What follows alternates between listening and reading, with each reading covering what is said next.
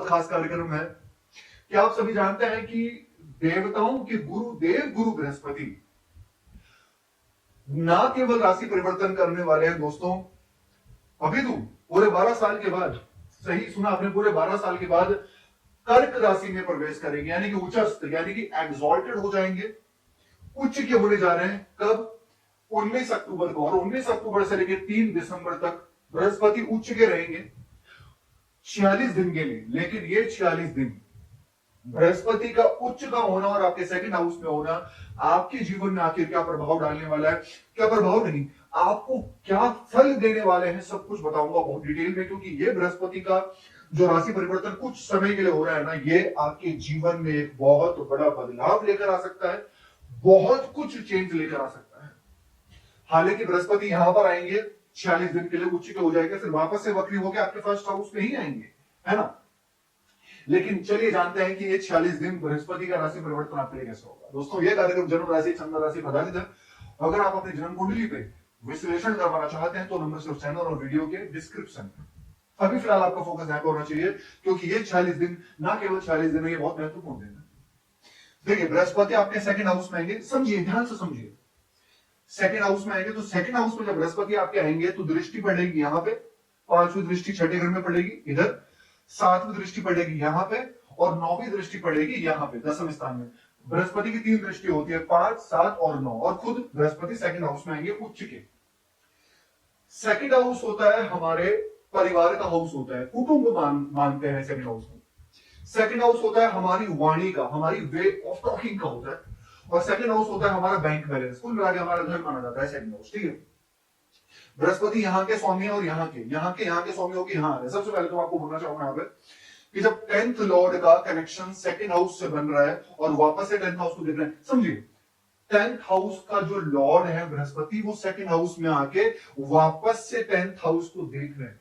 इसका मतलब कि अगर कोई भी व्यक्ति मिथुन राशि आप अपने स्थान परिवर्तन के लिए सोच रहे थे, या फिर आप अपने करियर के बारे में बहुत ज्यादा चिंता कर रहे थे, प्रमोशन को लेकर या फिर अपने करियर में कुछ बेटरमेंट को लेकर, अभी आएगा ना आपको मजा। क्यों आएगा समझो।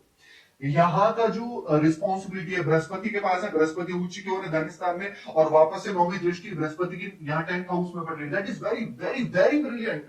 करियर के पॉइंट से बहुत अच्छा है ये।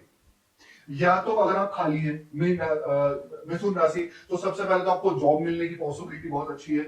इस टाइम फ्रेम में 46 दिन आपको जॉब मिलने की पॉसिबिलिटी है। अगर आप जॉबलेस हैं तो अपनी तरफ से आपको रेफर डालो। दूसरा, अगर आप अपने करियर को लेकर कहीं जाना चाह रहे थे, कोई प्लेस शिफ्ट करने की सोच रहे थे, या कुछ आपके डिजायर थे, कोई आपके एक्सपेक्टेशंस थी करियर को लेकर, अभी यहाँ पर फुलफिल हो सकती है, मैं आपको बता देता हूँ। या फिर प्रमोशन का इंतजार कर रहे थे आप, तो भी बिल्कुल बहुत अच्छे चांसेस हैं आपके। ये जो कनेक्शन बन रहा है ना, करियर का, कर्म का कनेक्शन धन स्थान से, और धन का वापस कनेक्शन कर्म से, तो ये बहुत अच्छा कनेक्शन बन रहा है दोस्तों, ठीक है।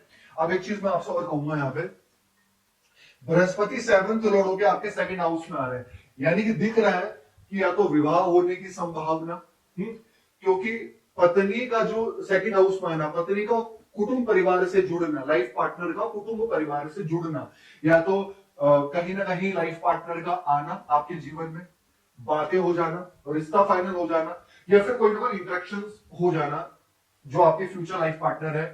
और अगर पहले से ही आप मैरिड हैं, अगर आप पहले से ही शादी हो रखी है आपकी, तो जो आपके लाइफ पार्टनर है उनका आपके प्रति इंटरेस्ट या फिर बॉन्डिंग अच्छी होना, या फिर अंडरस्टैंडिंग का बहुत अच्छा हो जाना, ये भी मुझे यहाँ पे दिखाई दे रहा है। कि क्यों? 7th लॉर्ड होता है हमारे लाइफ पार्टनर, 7th हाउस होता है विवाह का, 7th लॉर्ड हमारे लाइफ पार्टनर, ठीक है।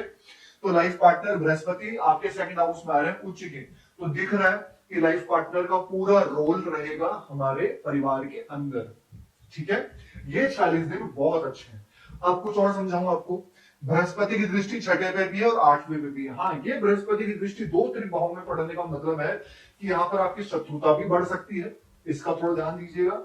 और दूसरी चीज, शुगर या बाहर की जो भी जंक फूड है, फास्ट फूड है, इनको थोड़ा सा अवॉइड करो, नहीं तो आपके स्टमक रिलेटेड प्रॉब्लम्स थोड़ा बहुत होना, या आपका मोटापा बढ़ना। हालांकि बृहस्पति यहाँ पर उच्च के हैं तो ये थोड़ी संभावना कम है, लेकिन 2 त्रिभाव में देखने का मतलब है कि कहीं ना कहीं शत्रुता है ना, या रोग कहीं ना कहीं थोड़ा स्टमक रिलेटेड है ना। इन चीजों पे कहीं ना कहीं आपको डाइजेस्टिव सिस्टम, कॉन्स्टिपेशन, इनका थोड़ा बहुत आपको ध्यान तो रखना होगा, ठीक है। या फिर मेडिकल स्टोर से आप कुछ अपने लिए दवाइयां लेकर आना, तो इससे अच्छा है कि मेडिकल स्टोर जाओ इस बीच में और अपने लिए कुछ हेल्थ सप्लीमेंट्स लेकर जाओ, जैसे विटामिन हो गया, vitamin B, vitamin C, vitamin D, ऐसी कुछ चीजें आप अपने लिए लेकर जाओ। क्योंकि ये जब बृहस्पति दो त्रिक भाव को देख रहे हैं, इन पे जब इनकी दृष्टि पड़ रही है तो ये हाउस एक्टिव हो रहे हैं, तो कहीं ना कहीं तो आप ऐसी कुछ चीजें करेंगे, ठीक है। अब यहां पर एक चीज मैं आपसे और कहूंगा, अगर आप किसी कंपटीशन में पार्टिसिपेट करना चाह रहे हैं तो ये करो आप।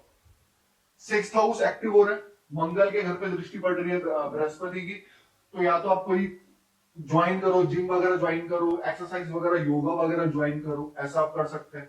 या फिर आप कोई कोई कंपटीशन में पार्टिसिपेट कर सकते हैं, स्पोर्ट्स में, कंपटीशन में, किसी भी कंपटीशन में पार्टिसिपेट कर सकते हैं 40 दिन के अंदर अंदर, ठीक है। या फिर इसके साथ एक चीज मैं और कहूंगा, यहाँ पे जब बृहस्पति आपके सेकंड हाउस में आएंगे, ये वाणी का है और बृहस्पति को खुद वाणी में ज्ञान निकलना है। एक होता है बुध ग्रह कि हमारी वाणी बहुत अच्छी है ना, बुध बहुत, हम बहुत बुद्धिमानी से बात कर रहे हैं, है ना।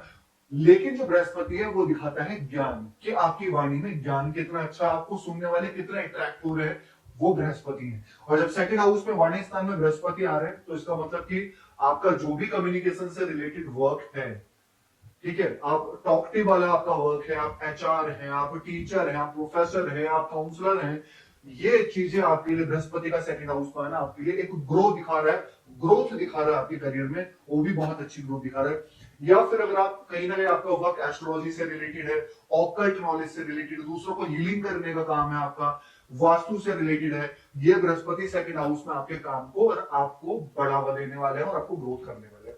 अब यहाँ पर बृहस्पति एट्थ में भी देख रहे हैं, एट्थ हाउस को।